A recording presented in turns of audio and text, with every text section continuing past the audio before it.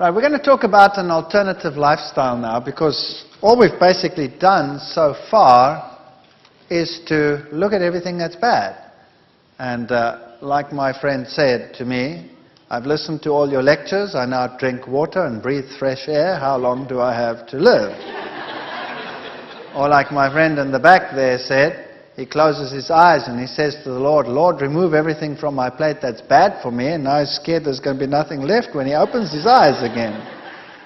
Well, is there still something to eat, or is there nothing to eat? That is the question we'll have to start looking at.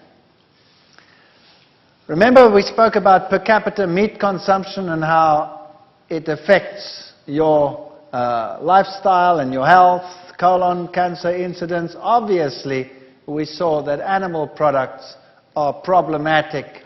They are correlated to cancer, and we looked at animal husbandry, we looked at osteoporosis and what effect it has, and all these issues. I perhaps would like to share just one little experiment that we did as well. Because sheep were developing skew legs, we decided to have a look at what the effect of the diet is that they were feeding these animals as to why they were getting skew legs. There's a sheep with slightly skew legs, and there's one that can hardly walk from the skew legs that it has.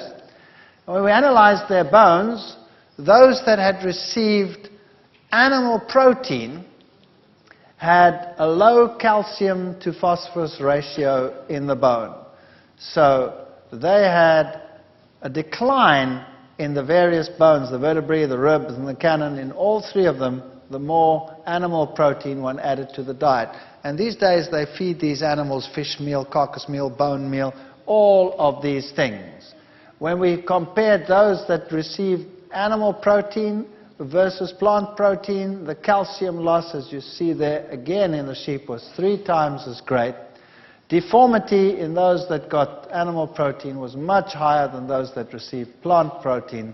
And calcium to phosphorus ratios in the bone were very low when they received animal protein. And generally speaking, this is what we found. If we look at this little graph over here, we found that if we gave them plant protein only at a 12% level, they had very good bone development. If we added 3%, 5%, 8% animal protein, it got worse and worse. But if we added 8% plant protein, it actually improved. So plant protein definitely is the way to have a healthy system. We also spoke in the lectures about fear in the food chain and how animal products today are not what they were in the past, because there are bacterial resistances which are very high, reaching up to 100% levels in many, many cases. That means that bacteria don't work, are not affected by the antibiotics at all. We also compared animal products compared to plant products in terms of toxic levels and how toxins are increased up the food chain, giving us many reasons why we should avoid these products. Remember, we looked at fish oils and saw that they were just as high in cholesterol as the others, and that plant foods could give you the omega-3 fatty acids, like the avocado, and especially also the nuts and the seed items could give you everything that you required. And these are often arguments which are used as to why one should not become a vegetarian. Where would you get you this? Where would you get you that? Plants give you everything, provided you have a variety in your diet. Of course, if you're going to eat lettuce leaves and carrot sprigs, then you're going to have a problem. So one has to make wise decisions when one changes one's lifestyle. And if one wants to avoid all the potential hazards in the animal husbandry industry. Can plants replace meat? The answer is yes, they can. But you have to be wise and circumspect in what you are doing. And the bottom of the food chain should look like this from now on. Active lifestyles, long lifestyles, those are the things that we want. Longevity. The Hunzas, for example, were famous for their longevity and their almost total lack of degenerative diseases. And why? Because they had lifestyles which were largely vegan, vegetarian, active, walking up and down. There are many aspects which confirm that a vegetarian diet is healthier. Even the tabloids today will say vegetarians live longer and also are considerably healthier. For example, if you want to do maximum endurance tests, you will find that those on a high meat diet have the lowest endurance for sustained maximum to exhaustion exercise. Mixed diets, that means lower meat, fat and protein diets, were sort of midway, and the vegetarian diets, high carbohydrate diets, gave the highest endurance rate, more than double that of the other groupings. So science, and sports science today, has contributed a lot to the breakdown of prejudice against diets. Then there were some very important people who were vegetarians. Albert Einstein was a vegetarian. George Bernard Shaw was a vegetarian. Wilhelm Busch. The McCartneys were. But Linda McCartney died at a very early age, although she was a vegetarian. And people say, well, what's the problem over here? Well, just get hold of one of her recipe books and see what she did. Everything she did was fried in oil. Everything. Now, we looked at the carcinogenic effects of that. And so there are issues that you have to look at. You can't just say, I'm going to give up eating animal products, I'm going to switch to plant products, and then you prepare everything in an unhealthy way.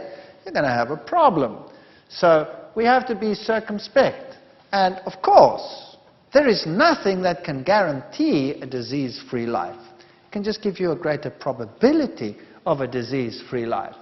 And just to show you that beautiful women can also be vegetarian. Both Whitney Houston and Michelle Pfeiffer were vegetarian. Also endurance and marathon running and sporting activities, all of these are enhanced by vegetarian diets. Blood pressure. Vegetarians have considerably lower blood pressure than non-vegetarians. And these are lacto-vegetarians over here, lacto-ovo-vegetarians. If we put a vegan down here, the blood pressures are still lower. In fact, most vegans, when they go to the doctor to have their blood pressure taken, they say, excuse me, are you still alive? Because the blood pressures are very, very low. And that is not a bad thing at all, provided you're not dizzy. That simply means that your blood vessels are still supple and flexible and don't need one high pressure to pump the blood through there. They're not constricted. And then, if you're going to buy food in environments that are not so sanitary, like this one over here, where would you prefer to buy? What would you prefer to buy?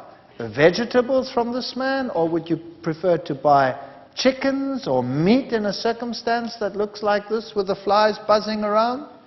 Well, even in the worst of circumstances, you're still going to be safer with the vegetable products than with the others. And you don't know what these things have been eating and what they have been fed. Now, what about the vegan-vegetarian lifestyle? Isn't that a dangerous lifestyle? And isn't it a fact that if you become a vegetarian, you should look something like this? Most people have an idea of a vegan-vegetarian as a thin, little, pale, little individual, hardly capable of moving. That's the sort of idea that they have of these people. And let's face it, some of them are like that. And the reason why is because they've thrown everything off their plate and substituted it with nothing. And then they become something like this.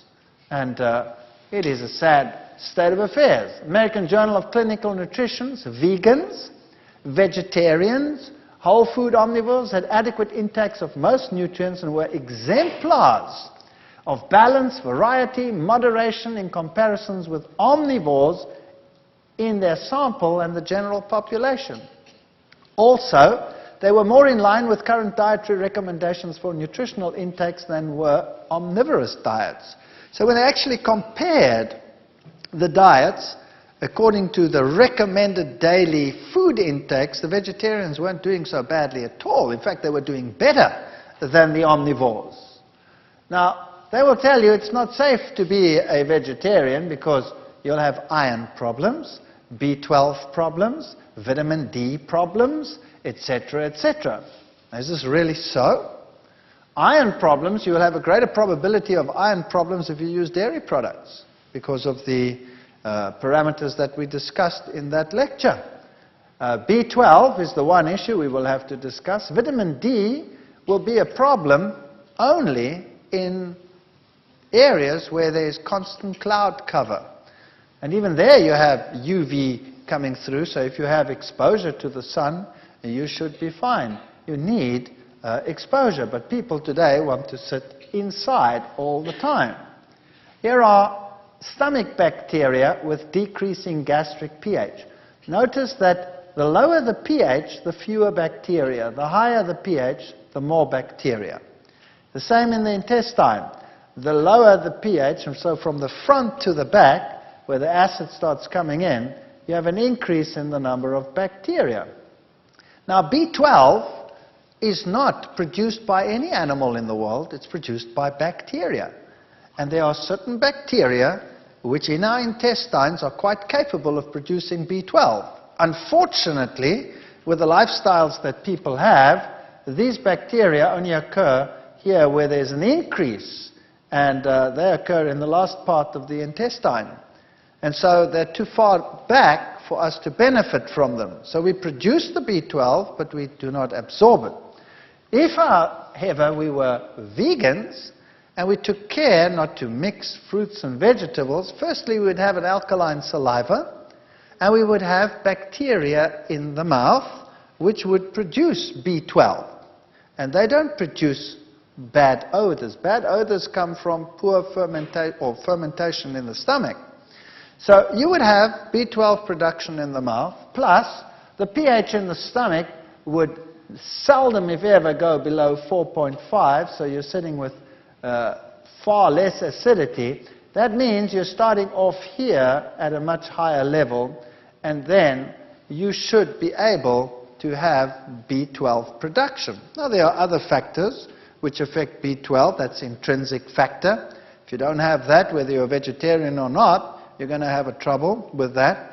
High acidity, which is more problematic for meat eaters than for vegetarians, would be a problem. And in fact, most of the world's population is largely vegetarian. Whole parts of India, large parts of Asia, Central Asia, for example, Central African populations, large parts of these, they don't have B12 problems. Western lifestyles, we sometimes do have B12 problems.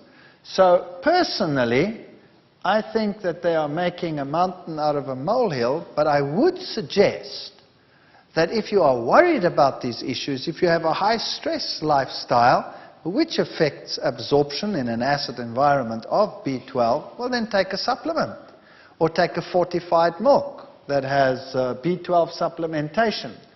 But generally speaking, we do have the bacteria that produce the B12. So my suggestion, as I said again, is supplement if you have a high-stress lifestyle and all of these, or otherwise test yourself regularly. Once a year, have a test, because B12 is maintained in the body for a long, long time, many years, and you won't run out overnight. So if you have regular tests done once a year or so, and you're fine, then you have nothing to worry about. If it's low, well then take a supplement. And the same would apply to people that eat meat. They are just in as great a danger. In fact, more of them suffer from B12 deficiency than anyone else. If we look at minerals, we need all these minerals: calcium, potassium, iron, manganese, fluorine, selenium, tin, phosphorus. There's a whole host of minerals that we need. And you will find that they have all these different functions. They're in bone, act for alkalinity, blood, they're antioxidants, they're for thyroid function, enzyme functions, you name it. And vitamins and minerals have to interact with each other. So if you want to have good activity of vitamin E, you'll have to have selenium and zinc and calcium, and all of these have to be together in the body. And vitamins also interact with each other, so you don't want to take selective vitamins. You want to have everything in a balanced format. And the minerals interact with each other, and no one mineral is an island and independent of each other. And here's a major problem in the world today. You see, plant foods can produce vitamins, sometimes if they're not mineral dependent, just by photosynthesis. But where do plants actually get their minerals from? They get them from the soil. Now, what if the soil in an area is depleted? What do you do then? Well, then you have mineral-poor plants. And if a plant is mineral-poor, then it has the problem that it doesn't fight infection so well. It's very prone to pests coming and taking advantage of the situation. And so the problem is that they start spraying these plants more and more and more. And most farmers only substitute their ground with about 5 or 6 minerals. They don't take care of all the minerals. We need all the minerals. So the very best thing that mankind could do is to reintroduce organic farming, where they make sure that their soil has every single mineral required for growth.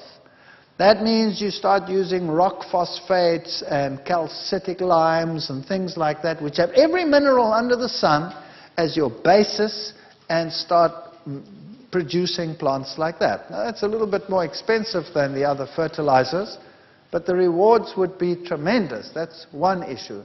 If you're living in an environment and these plants are too expensive, and you don't even know whether they're doing it right or not, then I suggest you get foods from a variety of places. And then there's one other thing I would like to talk about while we're busy with minerals, and that is salt. The scientific world tells you that you should not use salt at all in your cooking because it produces high blood pressure and it's bad for you and what have you.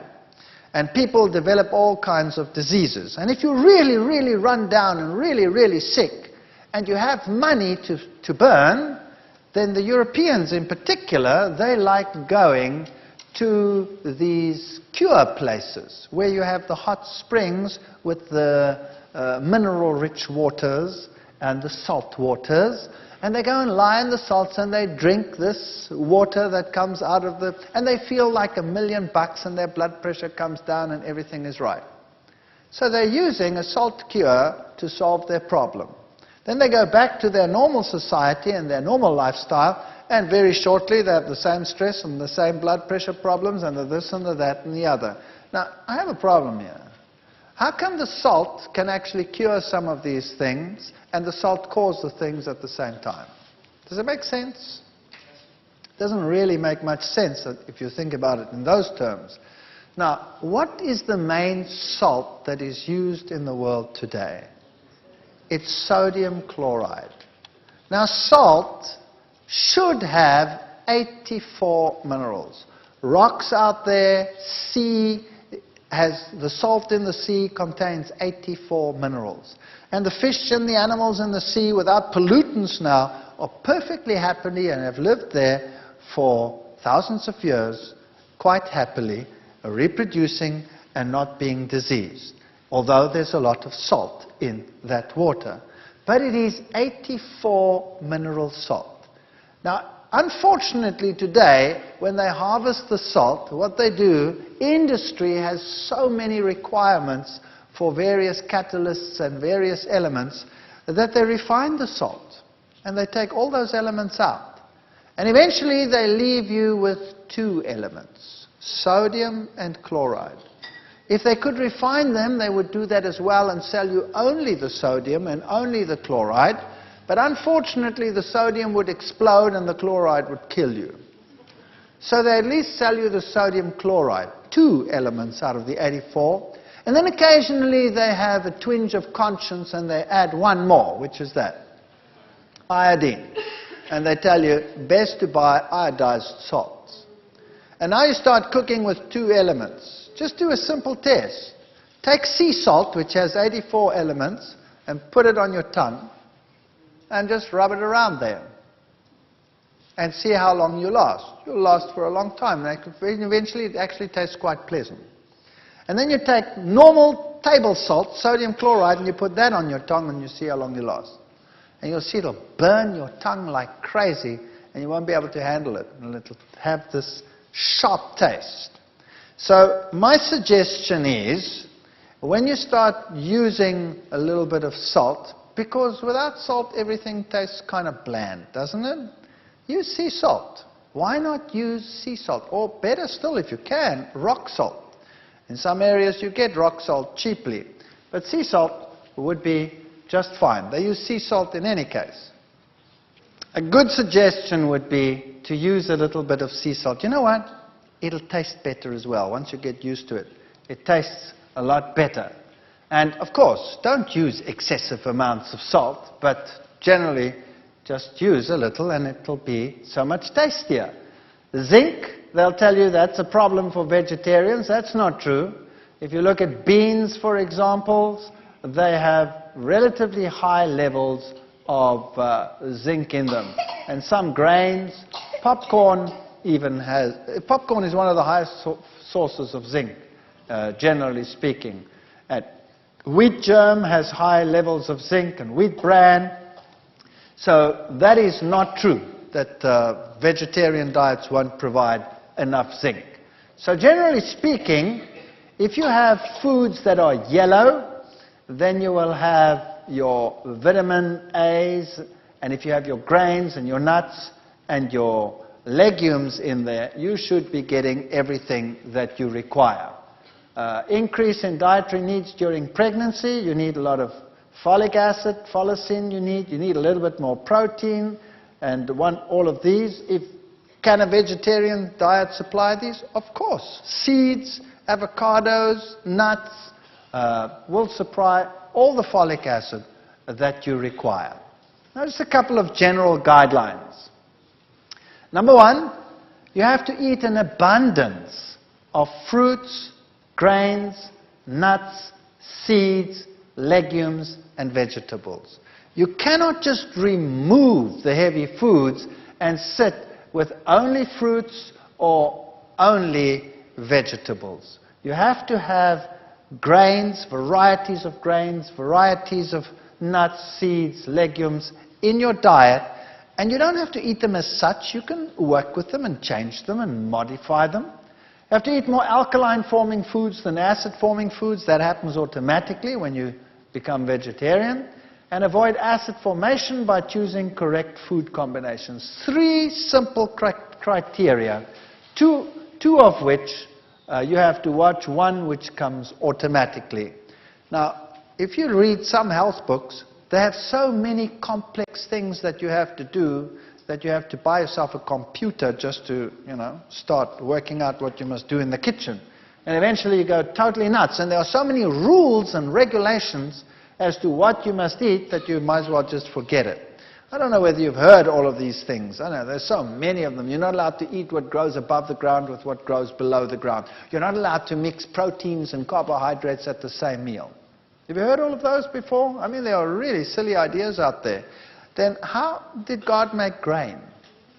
Grain consists of protein and carbohydrates. How do you make legumes? Consists of proteins and carbohydrates. Every food consists of proteins and carbohydrates.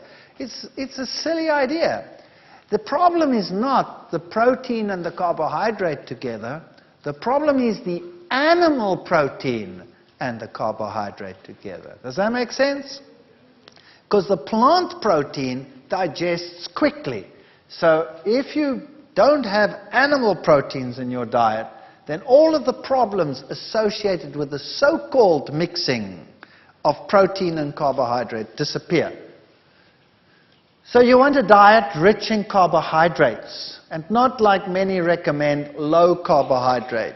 You want to burn your body with a clean burning fuel. You want to have enough fats in your diet so that you do not become lean and emaciated on the one hand. And of course you need the fatty acids, the essential fatty acids, which you can only get in fats. So you get those if you have your seeds and your nuts and your legumes in your diet. And your proteins, you satisfy your general needs, kids a little bit more than the adults, and you want to have more alkaline-forming foods than acid-forming foods. How do you do that? It's very simple. The high-acid foods are the meats. Bacon, beef, chicken, crabs, eggs, fish, ham. Those are the high acid-forming foods with 15 to 40% acid formation. Medium is grains, legumes, lentils, oats, peanuts, rye, wheat, some nuts, etc. And the low, some fruits, cranberries and plums. That doesn't mean you mustn't eat them. Not at all, because they're so low acid forming it doesn't make any difference. And some of the fats. And your high alkalines are all your dried fruits, vegetables. Well, molasses is on there because it's alkaline forming, but it's still a more refined food.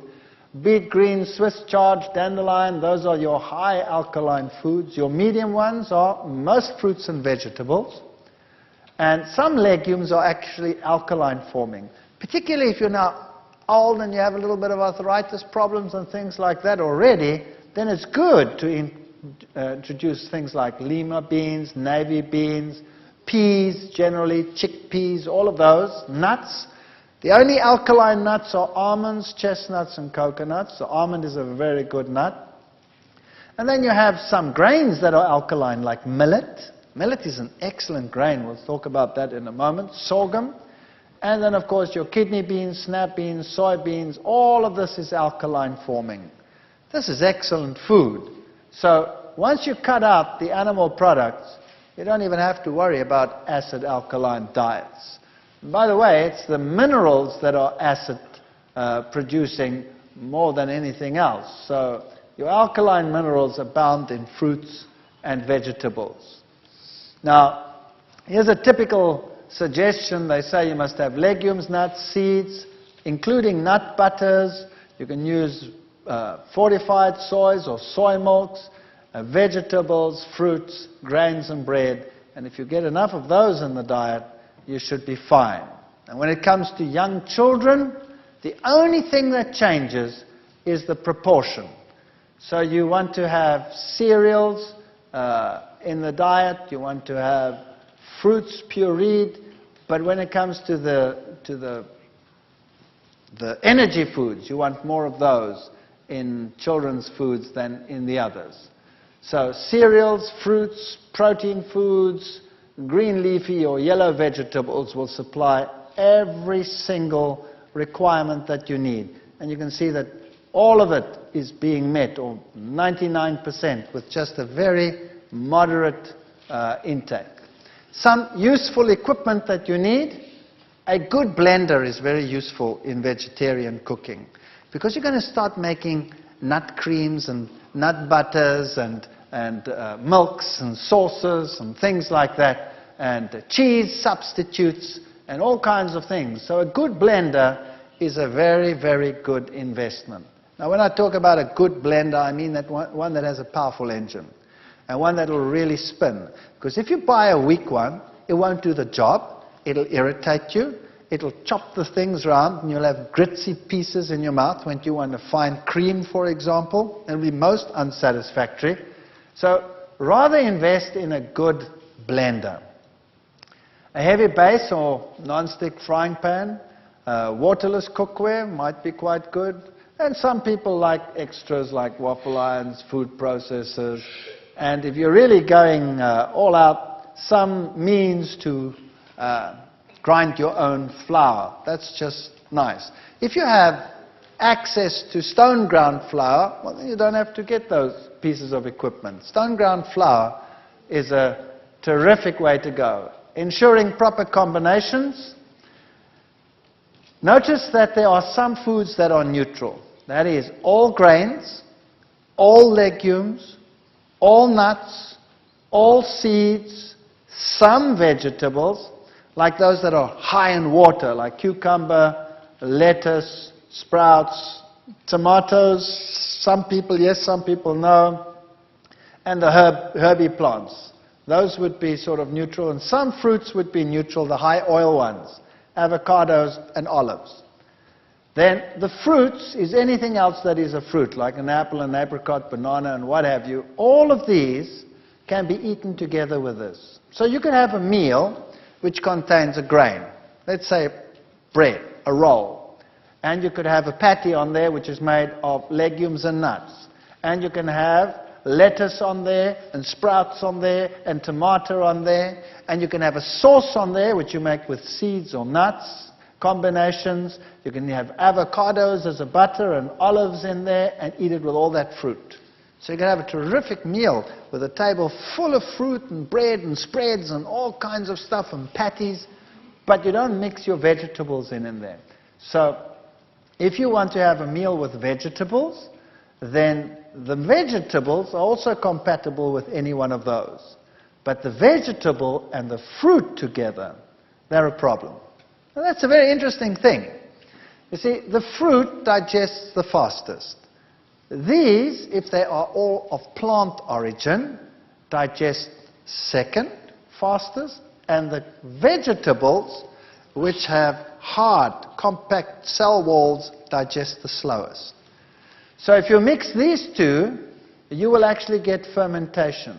Whereas if you mix those two, you don't get fermentation. Mixing fruits and vegetables, no fermentation. The time is not long enough difference for fermentation. Mix vegetables and the grains and legumes and nuts, etc. Time is not long enough for fermentation. Mix the two together, you have a problem. So that is just to keep a nice alkaline system. It makes a big difference in terms of, for example, acidity and also just alertness. It's not a law of meats and Persians, and if you are a guest somewhere or you do not have the possibility of always doing this, then it's no big deal. If I do it, for example, I'm quite sensitive to this because I actually take care not to do it. If I do it on occasion, I feel the difference. I feel I have less energy. So these are sort of the neutrals that you can eat with any category of food, with fruits or with vegetables, whatever. Grain-legume combination is always a good combination because of the protein. It gives you a perfect protein. So a diet that contains grains, nuts, seeds, fruits, vegetables will supply a superb blend of nutrients. And the African diet, as we said, is legumes and grains, and that is their protein source. Then they have lots of vegetables and lots of fruit. And now let's talk about whole foods. What is the power of a whole food plant? Number one, it exceeds that of their component parts. So if you take the things apart and you eat them separately, like in refined foods you would have to do that, you do not have this enhancement that you get in the whole food plant. Secondly, 1 cup of cooked kale has 50 milligrams of vitamin C and 13 international units of vitamin E. That's pathetic. That's pathetic.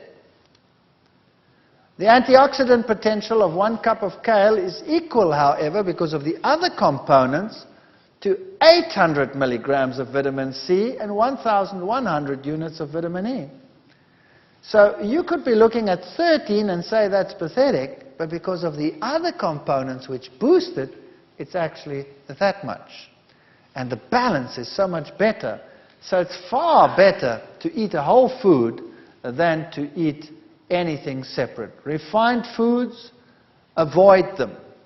Now, you know, everybody occasionally gets sick of healthful eating. I do. You know, you eat healthy food every day. I'm sick of all this healthy food. I feel like something wicked today. Well, then you go out and you eat something wicked within certain parameters, if you know what I mean. You don't go and slaughter an ox now. But a refined food occasionally, who cares? Or something really sweet and disgusting, who cares? As long as that's not your lifestyle. Don't become fanatical about food because you'll not only make yourself but everyone around you miserable. And try never to see what other people eat. It's not your business. What you eat is your business. And what they eat is their business. Set a nice example and people will like to follow it. Don't refine it. If you can, use it. Now what does that mean? How do you think whole foods? What do you do? What do you do if you find a pile of nuts and seeds and stuff like that? You go clonk, clonk, clonk, clonk, put it on your plate and say, there. You want to be a whole food fanatic? Go and eat it. No. You must learn what to do with them. You must change these things. These are whole foods. Those are whole foods. And variety, variety, variety is the spice of life. By the way, eating breakfast saves lives. Possible reducing the risk of a heart attack. If you have a problem during the day and clot potential, those people who are breakfast skippers have a 2.5 greater probability, in other words, 2.5 times the risk category to a person that eats normally and has breakfast. So 2 to 3 hours after awakening, if you had breakfast, you are better off than if you do not have it. The advantages of eating breakfast is more efficient problem solving, improved memory, improved verbal fluency, attention span, better attitudes, better scholastic performance, and that's a good reason why you should have breakfast. These are all the nice whole foods you can find in some stores. Now let's think about what we can do with specific foods. And I think perhaps we should do this in the next session.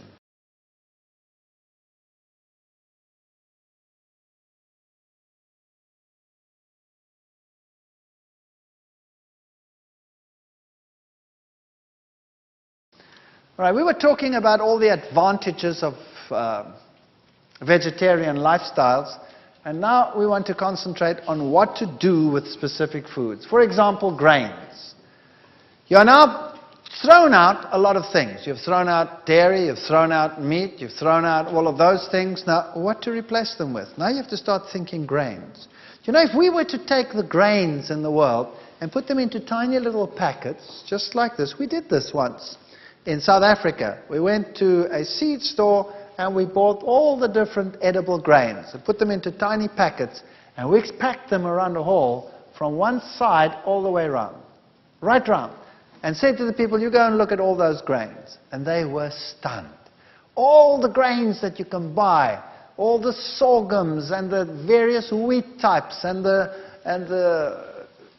eastern grains and the millets and all these wonderful things, just hundreds of different grains. So there's barley, for example, which is a rich mineral food and is rich in B5 vitamin. So if you have B5, that promotes fat metabolism. So if it's cold, if it's winter, for example, just a touch of barley in something, in a stew, or a little bit of barley mixed in with rice that you're cooking, and you have a better heat production. Maize, for example, is an excellent food. These are all the different grains that you have to start thinking about and what you can do with them. Millet is a fantastic grain. It's a wonder food. It's China's oldest grain. It can replace eggs in all patties, pancakes. Millet patties are fantastic. Just fry a little bit of onions. You don't even have to use oil to fry onions. You can just use a dash of water and a dash of something to make it a little bit flavored, whatever it is, soy sauce or whatever, and then just saute them until they go brown and sticky, and keep turning them around, and add that to a patty with cooked millet and a little bit of oats to bind it, and you have a wonderful patty. It replaces eggs. It's very high in iron. It's high in vitamin E, and the great thing about it, it's an alkaline grain. So people, older people in particular, people that already have, joint pains or anything like that, could benefit tremendously from this. And what is even better, it's a complete protein. So for children, it's a wonderful grain. Protects against arthritis. It's one of the alkaline grains. It's high in lecithin. It's a complete protein. Added to bread, cookies, muesli, soups, casseroles, whatever. You can do marvelous things with millet. Just cook a little bit of millet. If you want to make a spread, cook together until soft, just like you would cook rice. 1 cup millet, 2.5 cups water. So you take the millet, make sure you buy dehusked millet. Millet is bird seeds. You know how birds live and how long they live just off millet, nothing else? They do very well on millet, so we could do well on millet. But we don't have beaks. We have teeth. And birds dehusk the millet, and then the husks lie down over there. If you bought it husked, you would have a chewing experience par excellence. So, just like any other grain, you have to buy it dehusked. A little bit of salt, good salt. You can put something to make it yellow. You could just, for example, use a little bit of turmeric. If you don't want to use turmeric, use a tip of a carrot and blend it in there, then it goes yellow. And some water, and you blend till smooth, and then it looks like that. It looks like a butter. You can have bread with millet spread. It's rather neutral, so you could put something sweet on there, you could put something savory on there, you could do whatever you like. With millet, you can make a fantastic pudding. Notice how smooth and creamy it looks once you've put it in a blender. So you put this cooked millet in a blender and you make it absolute smooth and creamy, then you can make a pudding out of that. That is fantastic. So you can blend in some dates, for example. You could blend in a little bit of carob powder, then you'd have a chocolate pudding. Then you put in a yellow layer on top of that. You could put fruit in between, put it in the refrigerator, and you could make a pudding that is better than any bought instant pudding.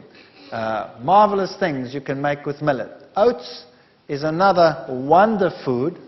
It's a very good calcium source. It's high in iron, B. It's the second best protein grain. It's a superbly digestible grain. So old people, young people, use these. You can use the oats to make granolas, to make mueslis, to make patties. You put it into everything. It takes the place of an egg any time. You can make waffles with oats, blend it and use it as a waffle base.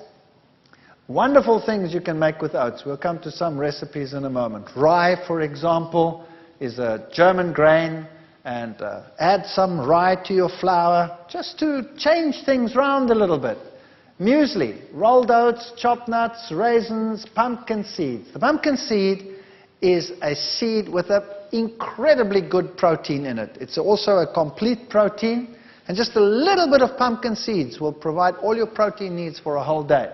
So if you could start your day with rolled oats and nuts and raisins and seeds and some fruit, shredded coconut maybe, sunflower seeds, sesame seeds, and you roast them all together or toast the slightly rolled oats onto the grill, stirring frequently, and lightly brown, spread the sunflower and sesame and coconut over the top, and mix the remaining ingredients, and you have a great muesli. If you want to make a granola, which is more crunchy, granolas that you buy in the stores are full of oil.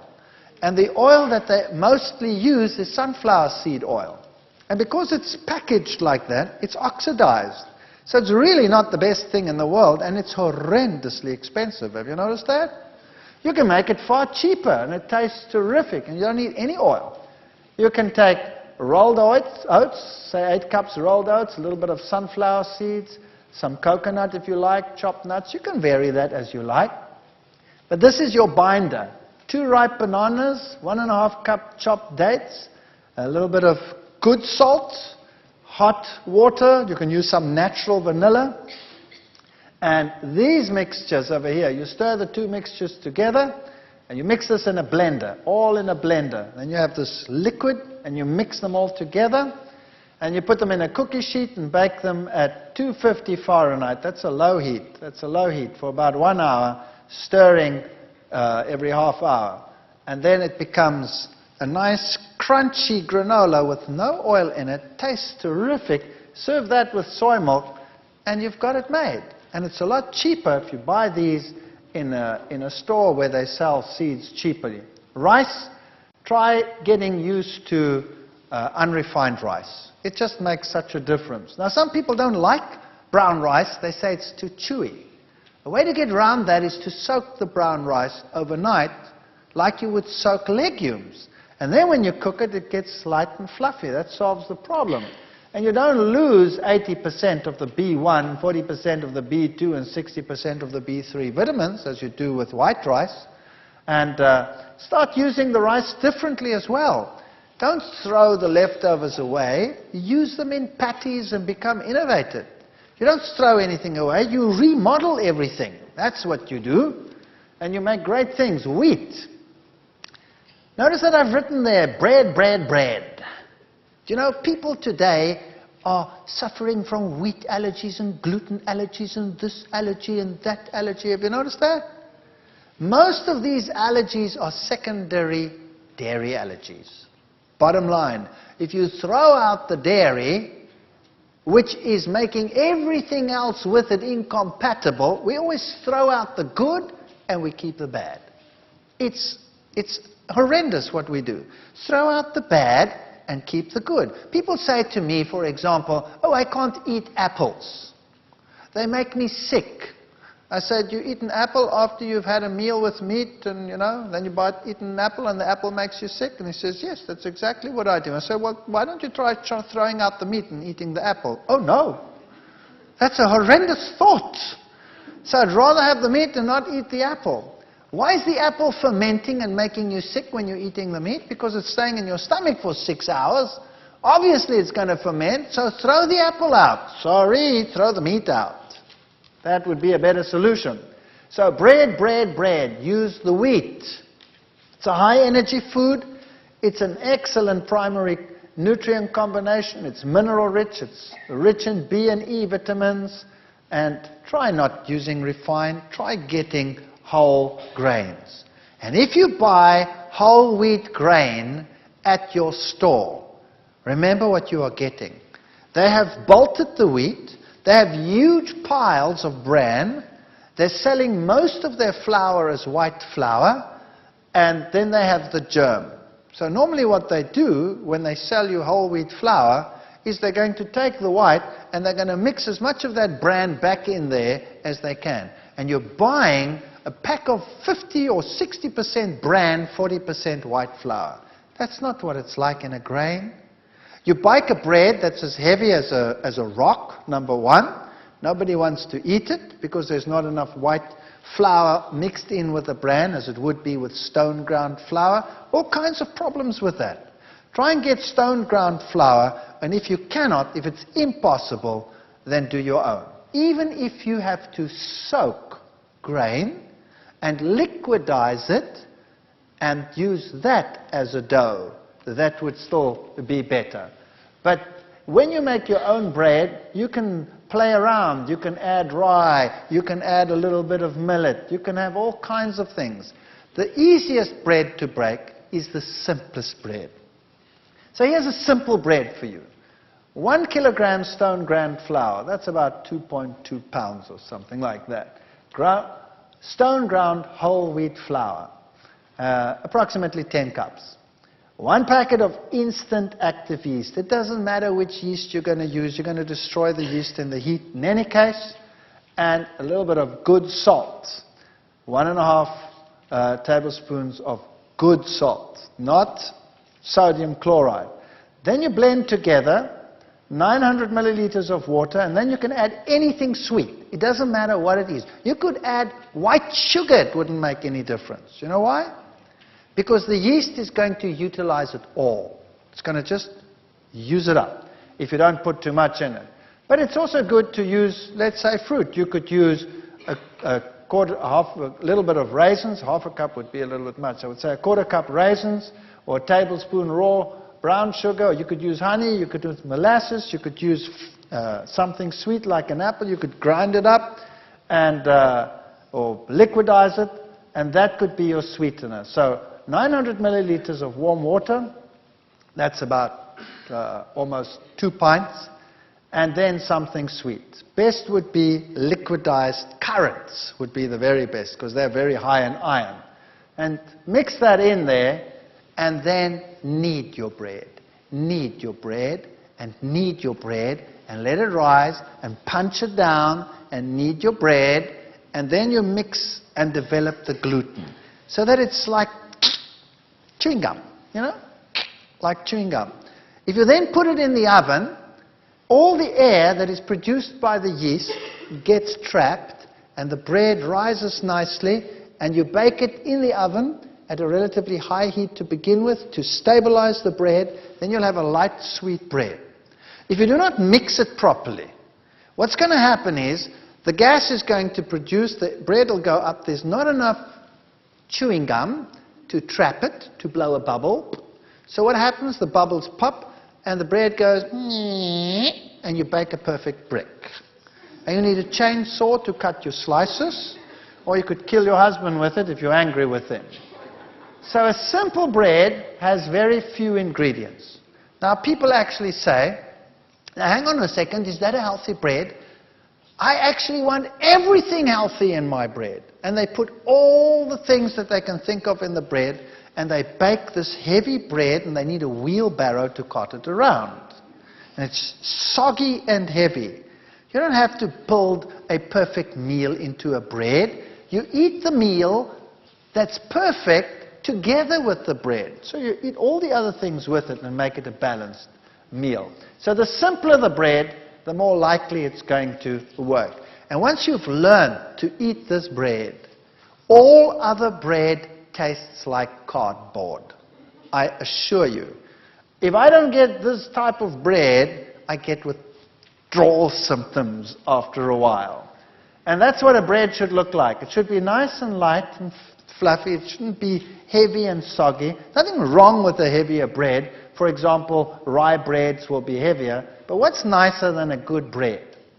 Now, legumes. We have to start thinking legumes. Carrot beans, chickpeas, kidney beans, lentils, lima beans, mung beans, broad beans. Peanuts are a legume. Have you ever thought of buying raw peanuts and soaking them like a legume and then making patties out of them? They don't taste like peanuts at all. Only roasted peanuts taste like peanut butter. They taste like a legume, but they taste like a rich, almost lamby, beefy legume. When you make a patty out of them, they really are magnificent as a legume. The soya bean, etc. But now you have a problem. People say, I explode when I eat legumes. I cannot handle them. Now, let's understand something about legumes. You have to pre-soak legumes. Raw dried legumes contain alkaloids, glycosides, saponins, and these are a problem. In fact, they are in the seed to prevent it from germinating. It's an enzyme suppressant.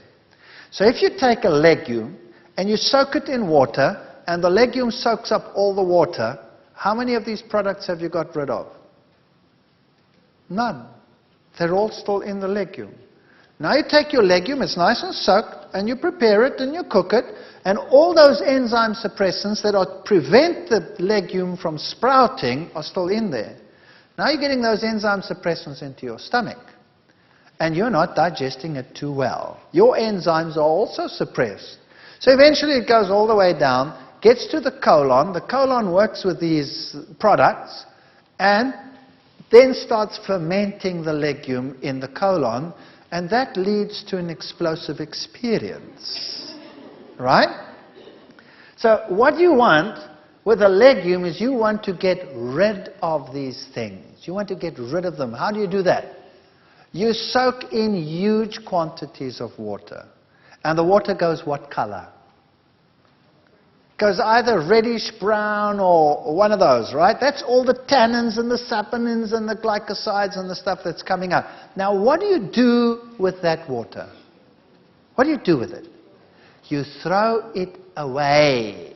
And not like some well-meaning individual who thinks, well, this looks so good, I'm going to cook the pea soup with that one. Well, I'll tell you, you don't need nuclear weapons then. Just send that pea soup. It's the most explosive thing under the sun. So what I would suggest is that you buy your legumes, soak them in lots of water, pour the water off regularly. If you're sensitive to legumes, do that if it need be for 2 days, 3 days regularly. If you don't change the water regularly, they'll go bad. Just keep on pouring off the water.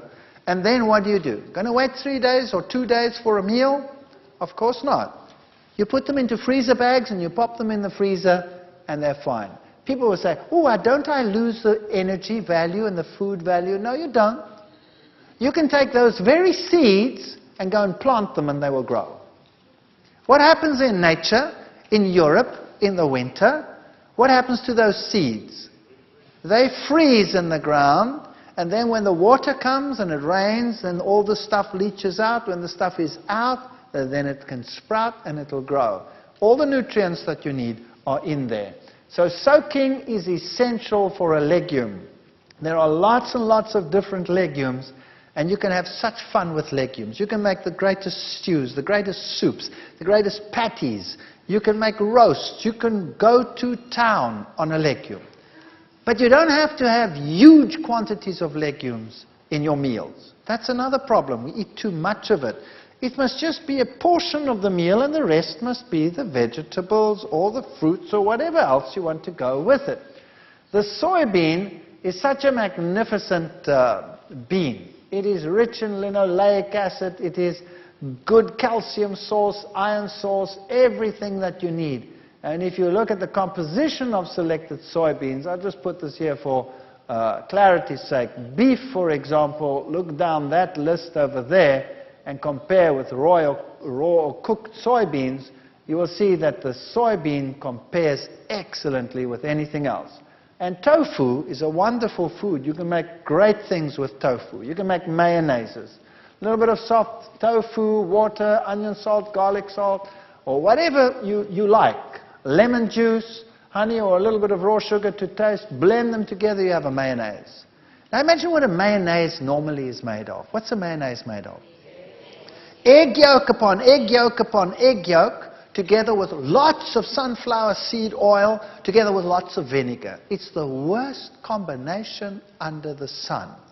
It's the worst for your cardiovascular system. You cannot imagine worse. Imagine a mayonnaise that you make with blended cashew nuts. Take some cashew nuts, cover them with water, blend them till they're very smooth, add a little bit of your favorite seasoning, and then some lemon juice, and voila, you have a mayonnaise that is absolutely marvelous. Now people say, cashew nuts, that's expensive. Hello? How much does a chicken cost in this country? What does a chicken cost? Who can tell me? So let's say $4, right? So let's say that chicken weighs what? 1.5 kilos. So let's say it's about $3, or let's say $2 per pound. Is that about right? Is that about right? $2 per pound. Good. How much of that chicken is bone? At least half of it is bone. So you're not paying $2 per pound, you're paying $4 per pound already for your chicken. How much of that chicken, once you have deboned it, is water? 70% of it is water. So how much are you paying for your chicken? Well, you go and work it out. You're paying anything up to $7, $8, $9, $10 per pound for your chicken. It's a very expensive meal. It looks cheap, but what you're getting is water, 70%, what you're paying for. If you buy cashew nuts, how much of it is food? 100%. So even if you're paying $4 or $5, it's still cheaper than your chicken. So don't tell me cashew nuts are cheap or expensive. All right, you need very little to feed a whole lot. You can make great mayonnaises with tofu. You can make omelets with tofu. You can make, there's so many things. Go to any Korean or Chinese person and ask them, what do I do with tofu? And you will be stunned. So go to the various nations that use these foods. Omelets are terrific with tofu. Half a cup of tofu, you can use a little bit of rice flour, add a little bit of cashew, ground nuts, that would be great, liquidized. And then your various condiments, put a little bit something yellow in, and then use a non-stick pan to make an omelet. You can put your favorite filling in there, close it up, and serve it, if you really want to be wicked, with whatever, with fries that you've made with olive oil and a nice salad with it, and it looks and tastes just great. And sometimes omelets made with tofu stick a little bit more to the pan than others, so that's no problem. The ones that stick and break, they go to the wife, and the good ones come to me. Simple as that. But when I get home now, my wife can have the better ones and I'll take the broken ones. No-bake tofu cheesecakes. You can make cheesecakes. You can make the most wonderful things. You can use agar-agar as a binder that has no animal products in it. Or you could use MS. You get MS in your country, which is a wonderful substitute for gelatine, which is made from horses' hooves and skin scrapings and trotters and all kinds of stuff like that. And wonderful things you can make with juices that you blend in. Just ask the fundis how to make these things. You can make waffles. Simple things. Soak soybeans. Blend them all together with some rolled oats and you make waffles. Wonderful stuff. They bake a little bit longer. A normal waffle with an egg is finished in a minute. This one takes about 5, 6, 7, 8 minutes to bake through. Now you don't want to wait that long. So what you do is when you're bored one night and you're not doing anything, then make a mix and start making lots of them.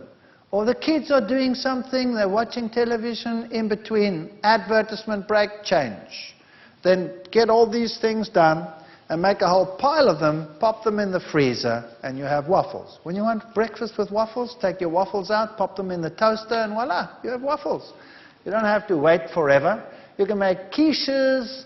It's simple. Once you add a little bit of these blended nuts and some lemon juice and all of these things in, you can make wonderful things with these foods. And you won't even miss that you're not using eggs.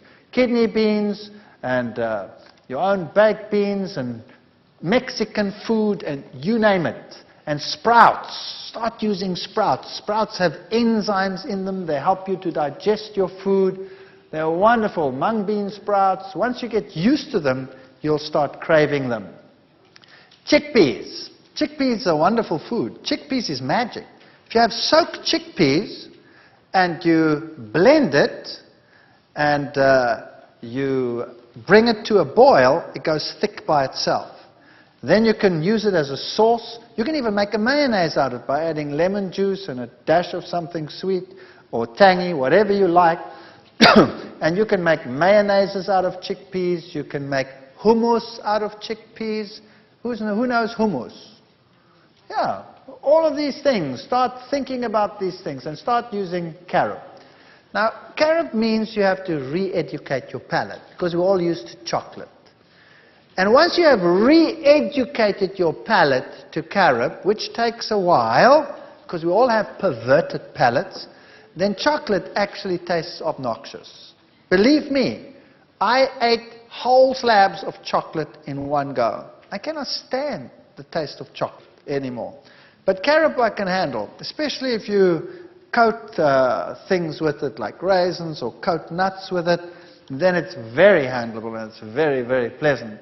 And a carob drink is a wonderful substitute. Take soy milk, add some carob powder and a little bit of fructose, and you bring that, make that hot and serve that. And I'll tell you, the young people just love it. And it tastes great. And you can make chocolate sauces, chocolate desserts with carob. Just have to get used to it. Lentils, you can make slices. You can make all kinds of interesting things. Mock liverwurst with it, some cooked lentils, a little bit of cold oats porridge, chopped onions. Margarine is what gives it the flavor. If you like, a large clove of garlic, some salt, and blend this together and keep the onions just a little bit chewy, in other words, not pureed, and then you have this crunchy liverwurst taste that you can put on bread. You can make savory spreads, and it's the herbs that do it, the basils and the oregano and the tomato pastes, which add the different flavors. And your nuts and your seeds are your sauces and your creams and your energy booster. So for example, if you're as thin as a rake and you want to put on some weight, then you start using more of these foods. If you are overweight and you want to lose, you use less of these foods. It's as simple as that. You don't have to give up anything, you just use less. And you're only using it as a flavorant. So you can make nut milks, nut sauces, nut creams, nut mayonnaises.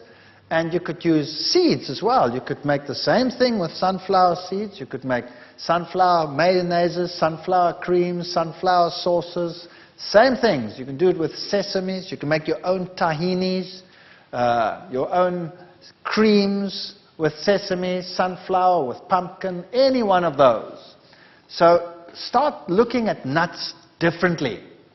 Coconut. Coconut contains saturated fat. So if you have a problem with weight, a little bit more coconut in the diet, coconut cream, coconut milk, that will make you put on weight. And it is not true that you're going to suffer cardiovascular disease. Because it comes packed with plant protein, it doesn't have that effect. Saturated is not necessarily as bad as animal saturated foods.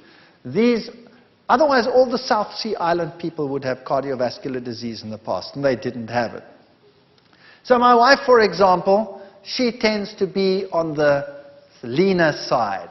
So she just adds some coconut cream, and she makes puddings with coconut cream. And me, I tend to battle with this little fellow over here. So I tell her, less of that for me, thank you. And I don't have that stuff, and she has that stuff. This is how you modulate your weight. It's a very good way of doing it. Nut mayonnaises. Cashews, so half a cup of cashews. You could use sunflower seeds, but the cashew one just tastes pizzazzier. Water. So you could use some fresh garlic if you wanted. You could leave it out. Onion powder, some good salt, lemon juice. And if you want to have a slightly sweet sour, you could use a little bit of honey or something like that. And it's so simple. You just blend it together until smooth. And then you add the lemon juice and it goes thick by itself. And then you have a mayonnaise. If you take that same sauce and you put it in a saucepan and you bring it to a boil, it makes the creamiest stroganoff sauce that you can imagine. If you have a patty and you put that on top as a butter, it is absolute wickedly good. Pimento cream sauce, you make the same sort of thing with the cashews or the sunflowers, and instead of putting cheese on your pizza, when you make one, you pour this over your pizza and you pop it in the oven and you bake it with that, and it's delicious. And once you start getting used to that, cheese actually tastes like rubber after that. And you won't want to change. Lasagnas, if you use your noodles and your tomato and your onions and your whatever you want to put in between, and then you put this cashew cream sauce in between your layers and one on top, and you bake it with that, the aroma is enough to kill you.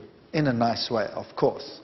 And you can we do this in the field. Occasionally, once every 15 years, I get to go out in the field, and you take a nice pot, and you put this over the coals and the fire, and you put a lid on top, and you put coals on top, and you bake this thing in the coals. I'll tell you, the people come running and say, "What's that?" And it tastes terrific. As I said, don't neglect the pumpkin seeds. Throw them into your mueslis, throw them into your breads, and don't neglect your sesames. Use the sesame butters and the sesame creams for your bread. Ladies, sesame is one of the richest sources of iron. So it's an excellent source of iron. So try and get used to tahini. If you don't like the taste of tahini, then just take a teaspoon of it and add it to your sauces that you are making, just to give it that pizzazz. And you can make butters and milks and what have you. Fruits and vegetables. Remember, variety is the spice of life. And there are lots of fruits on the market. And most of the world today thinks fruit means bananas and apples. Isn't that right? That's what people buy, bananas and apples. Now, there's nothing wrong with bananas and apples. Bananas and apples are good. By the way, now that I think of apples, people tell me, what about apple cider vinegar?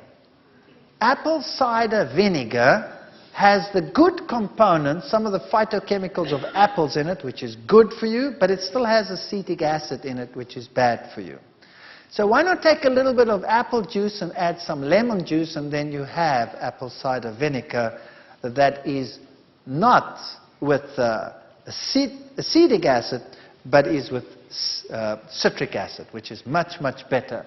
So you can start playing around with your vinegar sauces. Rather use lemon and use apple combination to make your sauces like you want them. There are melons and olives and papayas and all of these things. So when you start thinking fruit, start thinking like this. Then you get peckish. Doesn't that look great? And even if you preserve them, they're still better than nothing. Preserved fruit is better than no fruit. And when you start thinking vegetables, again, think variety. Think cauliflower, broccoli, Brussels sprouts. Think dark green things. And you know what? If you don't like them, start changing them. If you don't like spinach, well, many people, if you get a cooked spinach leaf on your plate, that might not be so appetizing. How about sauteing some onions, chopping the spinach, and putting them together and then adding a little bit of cashew nut cream and making a creamy, delicious spinach that really tastes like something and has some zuma in it. Get a little bit of pizzazz into your cooking. So everything doesn't have to be bland on your plate. It can be wonderful. And start becoming innovative. Start thinking what to do with the leeks and the garlics and the onions. And remember, these are your top 10 fruits in the world in terms of the antioxidant power that they have in them. Strawberries. You live in a strawberry country. And plums are very good. Oranges, red grapes, kiwi, grapefruit, white grapes, banana, apple, tomato.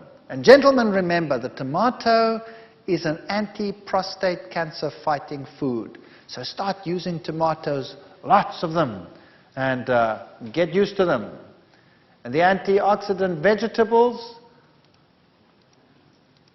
I wouldn't put corn on that list because that to me is a grain, but nevertheless, leave it there. Kale is very good. Spinach, Brussels sprouts, alpha, broccoli, beets, red bell peppers, onions. I would put cabbage in there as well as one of the best antioxidant foods. So the cabbage family in general, kale of course is part of the cabbage family, and wow, that's a power food in terms of iron and in terms of calcium. Wonderful food.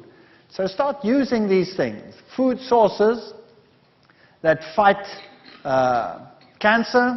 Brussels sprouts has sinigrin, broccoli has sulforaphane and other components as well. The red grapes has resveratrol. Citrus has limonene. So if you have a variety of foods, you get a variety of anti-cancer agents. If you only have one food in your diet, you'll only have one anti-cancer agent. So why not fight on all fronts if you can?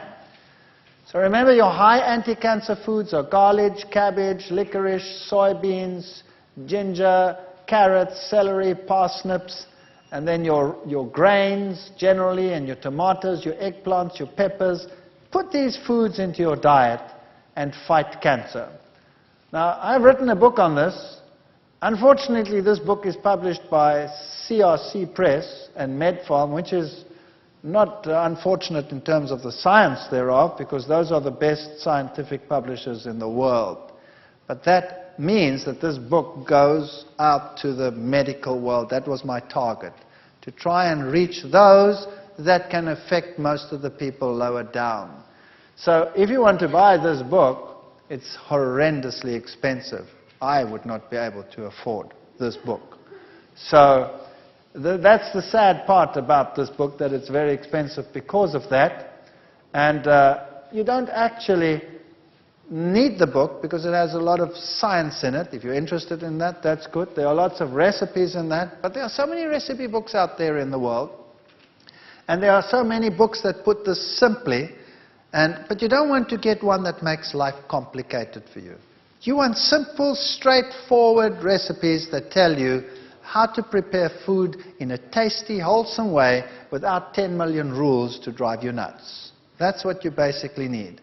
And if you take some of the ideas that we've spoken about today, and you go to those who've had some experience in this and start getting involved in cooking schools, or I hear that you have chip programs and things in this country where you might get some wonderful ideas, then get involved slowly, and as the bug bites you, it will be fun.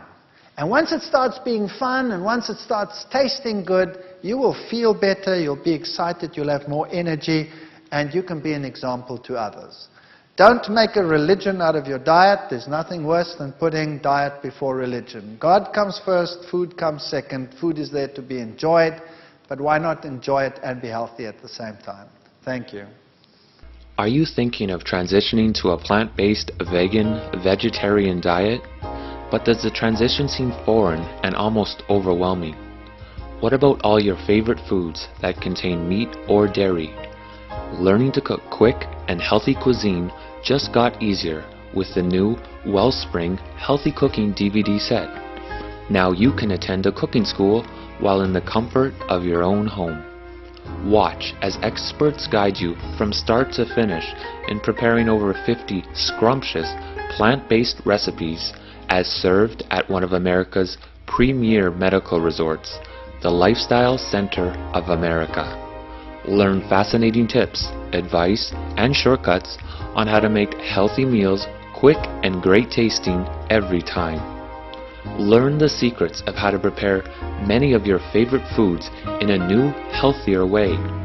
From Mexican dishes to Italian dishes, desserts, sauces, and salad dressings, and more. Watch at your own pace and enjoy the handy recipe cards included with each DVD. Now available in a 3-volume set. Obtain your copy by calling 1-866-572-9457 or visit us online at www.amazinghealth.org. You won't be disappointed.